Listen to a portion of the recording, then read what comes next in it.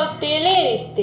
एक छोटे से गांव में शिव कुमार नाम का सफल व्यापारी था जो अपने परिवार के साथ खुशहाल जीवन जी रहा था। उसकी पत्नी सुमित्रा एक आदर्श माँ और पत्नी थी।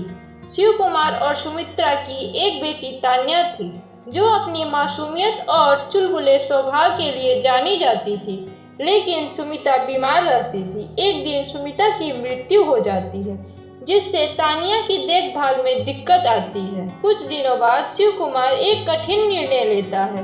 वह अपनी बेटी के लिए एक नई शादी करने का निर्णय लेता है। उसने न केवल अपनी बेटी के भविष्य के बारे में सोचा बल्कि तानिया की भावनाओं और जीवन की स्थिरता को भी ध्यान में रखा। उसकी दूसरी पत्नी राधा एक शांत और समझदार महिला थी जिसका एक बेटा आदित्य था।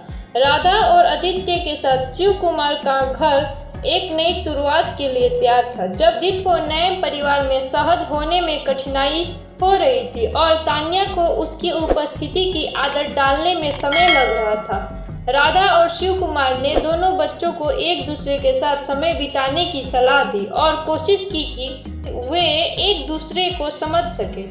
धीरे धीरे तान्या और आदित्य ने एक दूसरे को जानना शुरू किया और एक दोस्ती का रिश्ता विकसित हुआ। समय बीतता गया और तान्या और आदित्य की दोस्ती एक मजबूत बंधन में बदल गई।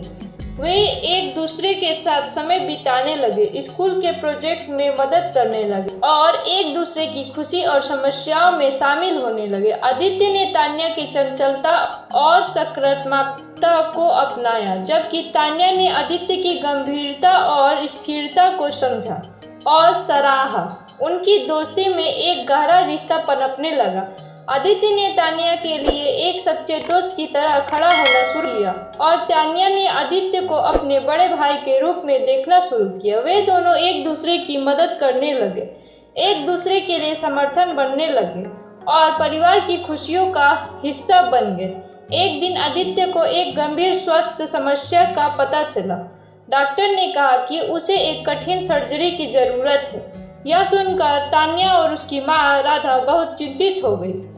तान्या ने आदित्य के साथ हर पल बिताने की ठान ली और उसे मानसिक रूप से संजीवनी देने की कोशिश की। तान्या ने आदित्य को समझाया कि वह उसके लिए है और वे दोनों मिलकर इस मुश्किल समय का सामना करेंगे। सर्जरी के दौरान और उसके बाद में तान्या ने आदित्य की देखभाल की और उसे हौसला दिया। उसकी प्यार और समर्थन ने आदित्य को बेहतर महसूस कराया और उसकी जल्दी ठीक होने में मदद की।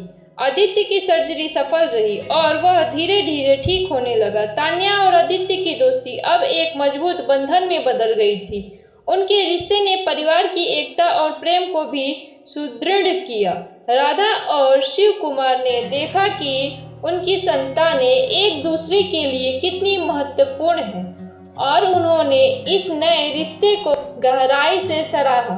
तान्या और आदित्य ने अपने रिश्ते को एक नई दिशा दी जिसमें वे एक दूसरे के सच्चे भाई बहन बन गए। उनका प्यार और समर्थन एक अनमोल रिश्ता था जो केवल खून के रिश्ते से नहीं बल्कि सच्चे स्नेह और समझ से बना था। कुछ समय बाद शिव कुमार और राधा ने परिवार के लिए एक विशेष दिन की योजना बनाई। उन्होंने एक पारिवारिक समारोह आयोजित किया। इस समारोह में सबने देखा कि सच्चे प्यार और समझ से सौतेले रिश्ते भी उतने ही सच्चे और मजबूत हो सकते हैं जितने कि सगे रिश्ते होते हैं यदि उनमें प्यार और समर्थन और समझ हो। इस प्रकार तान्या और आदित्य ने यह साबित किया कि रिश्ते और प्यार को केवल खून के रिश्ते से नहीं बल्कि दिल से जोड़ा जाता है। उनके जीवन ने यह दिखाया कि सच्चे रिश्ते समय, परिस्थितियों और मेहनत से बनते हैं और हमेशा परिवार की एकता और खुशी को बढ़ाते हैं। समय बीतने के साथ तान्या और आदित्य के रिश्ते में स्नेह और समर्थन बढ़ता गया, लेकिन जिंदगी में कभी भी कुछ हमेशा स्थिर नहीं रहता। एक दिन शिव कुमार को एक नए व्यवसाय में निवेश करने का बड़ा मौका मिला। इस व्यवसाय को शुरू करने के लिए उन्हें बड़ी रकम की आवश्यकता थी।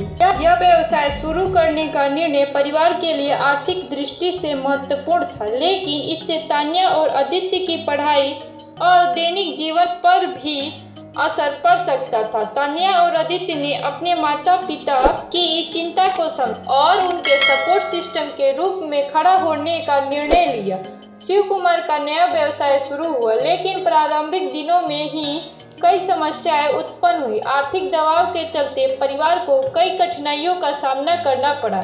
शिव कुमार और राधा के साथ साथ तान्या और आदित्य को भी अतिरिक्त जिम्मेदारियां उठानी पड़ी। तान्या ने अपनी पढ़ाई में से कुछ समय निकालकर घर के कामों में मदद की, जबकि आदित्य घर के वित्तीय मामलों में अपने माता पिता की मदद की। समय के साथ परिवार की समस्याएं धीरे धीरे सुलझने लगी। शिव कुमार का व्यवसाय स्थिर हुआ और परिवार को आर्थिक सुरक्षा मिली और उनका जीवन फिर से खुशहाल हो गया।